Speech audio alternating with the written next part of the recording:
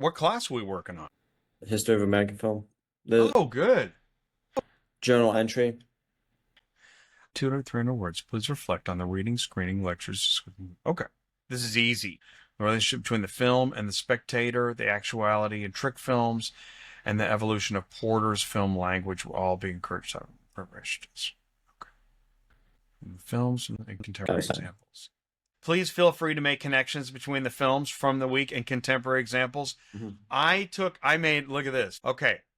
I took the list of films and thought of modern TV and film. So the blacksmith scene. Have you ever heard of Dirty Jobs on the Discovery Channel? I'm not. How about Peep Show Kinetoscope of the guy, America's Got Talent? I've watched America's Got Talent. Okay, so, all right, let's go to another one. The Kiss. I said anything on the Hallmark Channel. You know the Hallmark Channel? Mm-hmm. Like silly romance movies? Yeah. Right? There, let's watch it. Yes, love this. This is literally silly romance movies. I mean, you know what I mean? Like, just goofy. Mm-hmm. Right? No plot. Mm-hmm. I mean, they're husband and wife. They're talking to each other. They kiss. Hallmark Channel. How about, I said Dude Perfect. Which, there's a lot of different Dude Perfects now. Mm-hmm. Let's see this one. And it's interesting, too.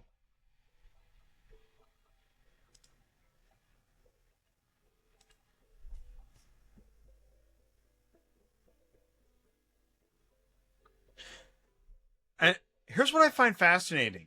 Okay, he's pretty good. I don't know when bicycles were invented, Mm-hmm. but, I mean, Tony Hawk, right? Yeah. Red Bull, X Games.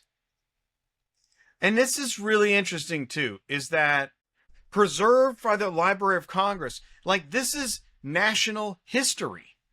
This isn't just a goofy film. This is part of American history. And Thomas Edison, who we've all heard of, it was using his equipment in 1899 that they recorded Dude Perfect. Red Bull, right? Mm-hmm. That is interesting. Mm-hmm. How meaningful this video is to people watching this. Like, they don't, if you feel stupid because you have a stupid talent, this makes you feel better about yourself. Yeah. So it's not just a silly film. I'll bet a young Tony Hawk watched this and said, "Oh my God, I know what I want to do with my life." Film is not just film. Here we go. This one. This is Lifestyles of the Rich and Famous. Okay, here's what I love about this. Tripod, camera. What, New York City? I don't know. Yeah, looks like it. Okay, a busy street, buildings, people. These are what they actually wear. This is what people actually doing. You see that kid? Mm-hmm. He's staring at the camera going, what the heck is that? That's what I want to do for a living.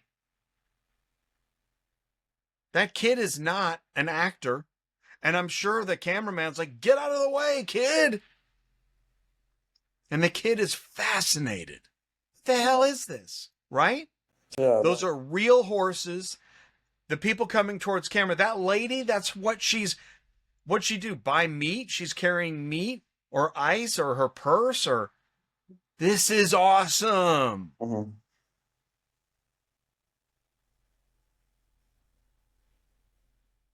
And then suddenly this couple sees the camera. Oh, that's right. Now, was that planted? I mean, what? I don't know. I don't think so. I don't think that this is, look at that guy's like, I'm going to go get a chaw. I mean, it's wild. Okay. And then this one. I mean, it starts off weird, but this is the establishing shot. He eats too much. He drinks too much. Right. And then he gets home, and then the dream begins. This was, when watching this, I was wondering, what is this? He's drunk. That makes sense. And when you're really drunk, the world spins. Ah, that makes sense. He's drunk.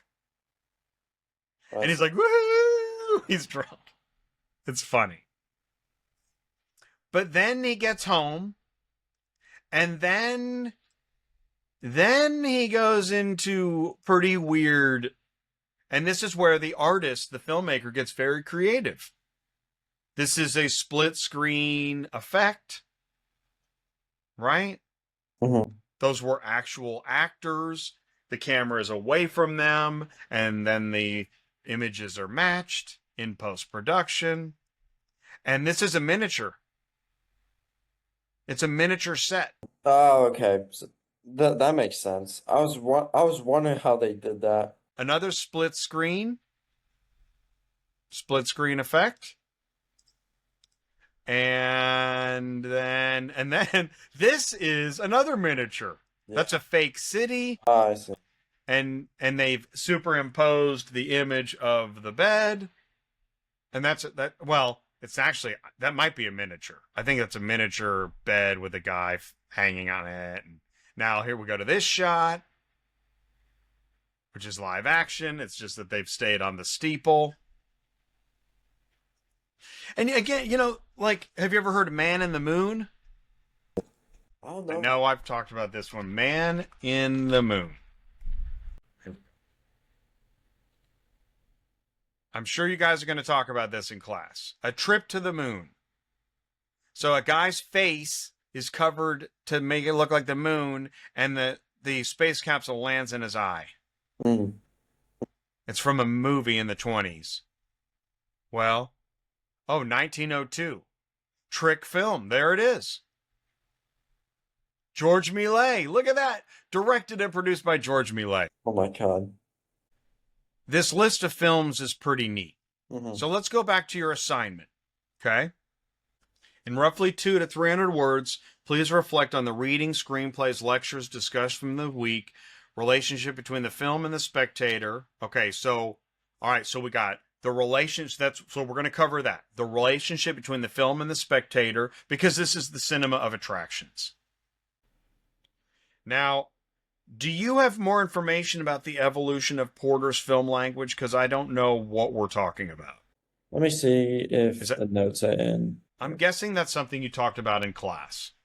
I'm guessing Porter is a filmmaker. Let's go down to, but let's see if there's anything about Porter. Okay. Yeah, I think it's just 1.2. Okay, yeah. Okay. All right, here we go. So Thomas Edison, My Bridge and Mary. Okay, so photography, filmmaking. This is probably the technical stuff. Mm-hmm. The kinetograph. Okay, peep show viewers, 1-minute videos. Yeah.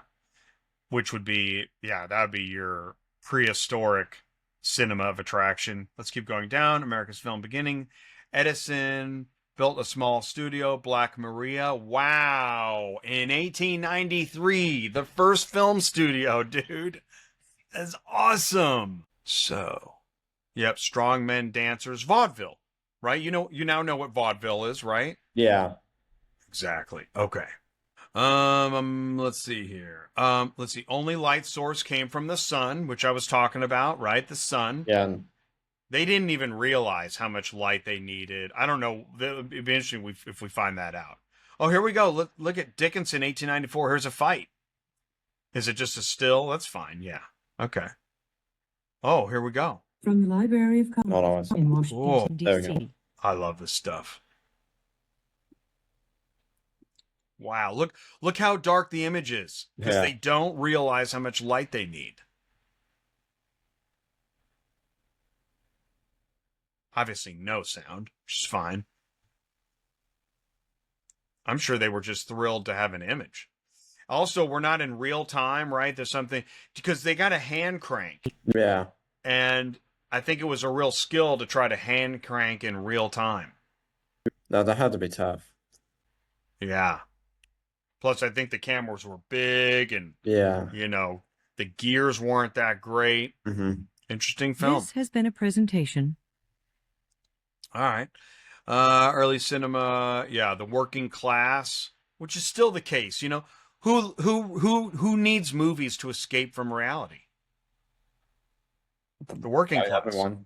Well, everyone. It is true. It is everyone, especially the working class.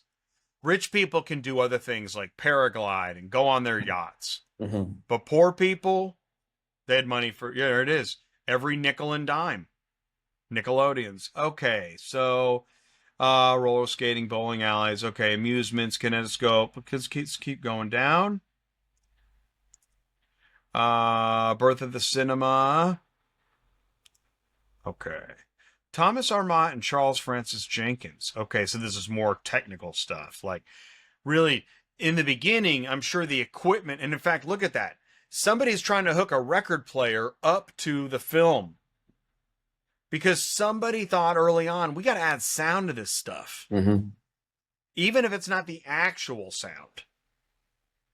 Right? Because the silent boxing movie, here's what I found interesting on the Dream Guy movie, Mm-hmm. is how quickly the filmmakers realized they needed to make it interesting. Because even the teddy bears, which the plot in the teddy bears is actually doesn't even make sense. Mm-hmm. Right? Did you see that? Like, Yeah, I watched it. because the ending, what is the ending of the teddy bears? What is the ending? I don't know. I guess it's like hunting. Okay, the hunter shoots the mother and dad, Mm-hmm. puts the baby bear on a leash, and now what? The hunter and the little girl get married and own a baby bear? I mean, what's the plot? Right? That's a good question. It is. But at that time, it wasn't a problem. Mm-hmm. But in the dream sequence movie, at least that one's about, you know, the terrible dreams. Oh, here's another one though. In the teddy bears, when she stares through the door and sees the bears dancing, it has nothing to do with the story. But it didn't matter. They just needed to make something for people to watch. Mm-hmm. So there was a lot happening in these early days. And I also, you know, when it comes to music, I like to think of the Beatles. You know, the Beatles were the biggest band in the world for less than a decade. But when they started, it was blues rock. And by the time they were done, it was acid music, experiential. When you have a new art and an artist is able to do whatever they want, it's amazing the transformation they'll make. Yeah. Quickly. You could think of Madonna, right? Mm-hmm. I know that she's old and crusty now, but what she did in her prime is pretty cool. It is, yeah, I agree. Right? Mm-hmm. So I think it's important I think that's part of what's happening here is we're learning about a birth of an art form, and it's not the last birth of an art form. Mm-hmm. We've witnessed the birth of like rap and the evolution of rap, Mm-hmm. right? Yeah. I want to see Porter. Can you control F and type Porter? It's got it. There it is. Okay. So Porter, shooting captured insurgents. Do you know what an insurgent is? Like a wartime criminal? Yeah, let's see Porter Insurgent film. Try that. Porter Insurgent. From the So this Library is of going to be Congress real. in Like the Washington, elephant, D.C. I think.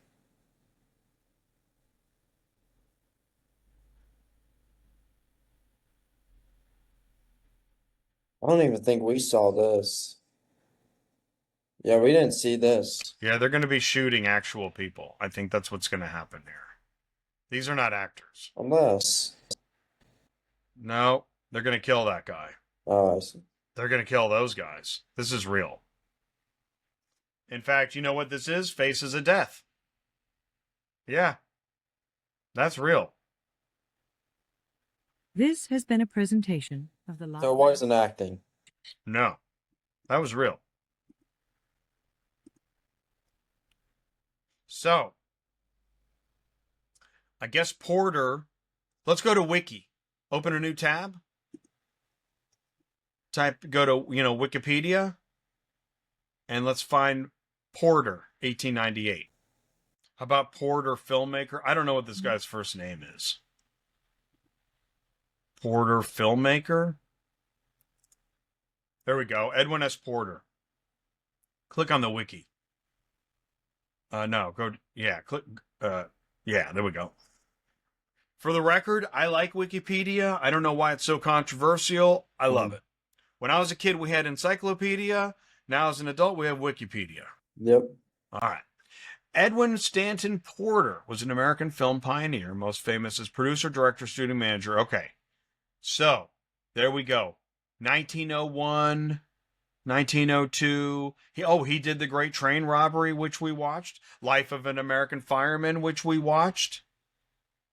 Now, what's interesting, Life of an American Fireman is real life, real job.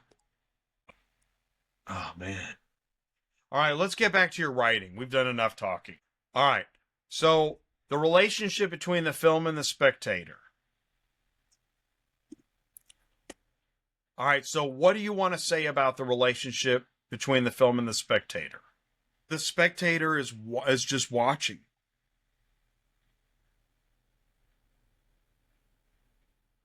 And feeling. Emotion, I guess. There you go, emotion. And you might even say, Melee. Trying to remember how to spell this. Melies, I believe. What it is. Yep.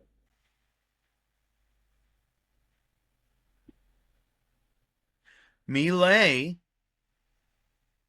probably understood the need of the spectator to be able to follow a story. Does that make sense?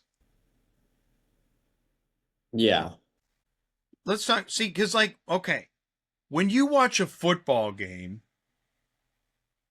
you're not just first down, second down, third down, fourth down, first down, second down. You are feeling something, right? Correct.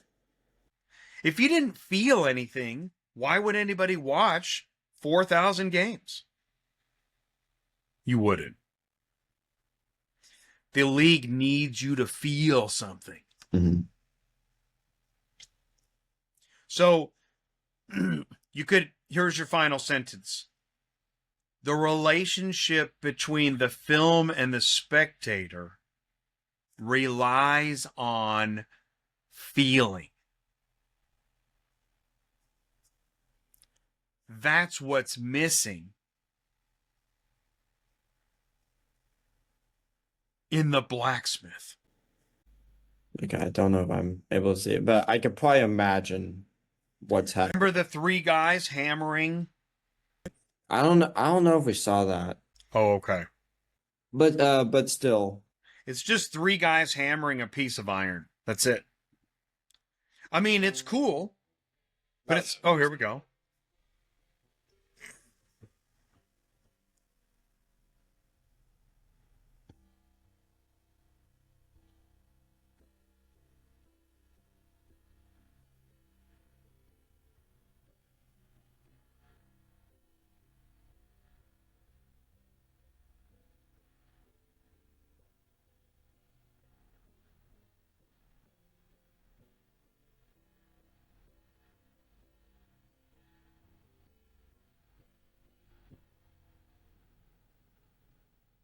The bottle was empty, by the way. They didn't realize till they probably shot, whatever. They rehearsed it and drank it all or whatever. But so like the blacksmith is cool, but that's early, Mm-hmm. Lady Gaga's first song wasn't that great, but it started her journey. The blacksmith is the beginning of the film journey. Now let's go to point 2. Look, you're almost there. You're halfway there. So the actuality of trick films. The blacksmith was just 3 guys hammering. And so somebody after that said, man, what could we do that's better than this? And the answer is the guy with the bicycle. That's a trick film. So talk about the guy with the bicycle. The guy with the bicycle is not just a guy riding a bicycle, but it's a display of art. That's it. Right? A display of expression. Yes. Now, tell me the difference between, or rather, tell me the evolution from the blacksmith to the cyclist. Because they're different. So it shows that filmmakers learned to find what was attractive to the audience to watch and connect with their emotions. Let's talk about Edwin Porter. Edwin Porter created several of the films we watched in class. We can see this evolution from, what is it, The Adventures of a Fireman? To the teddy bears. And actually, go even further. We can see that from The Electrocution of an Elephant. Oh, yeah. Started as filming actuality, became became developing narrative. Right? Yeah, narratives. Yeah. Because people connect with stories, not just attractions. See, that's that Yeah. Hallmark card ending I like. Yeah, I think it's good. It's great. This is not a paper. This is just it's perfect. Submit.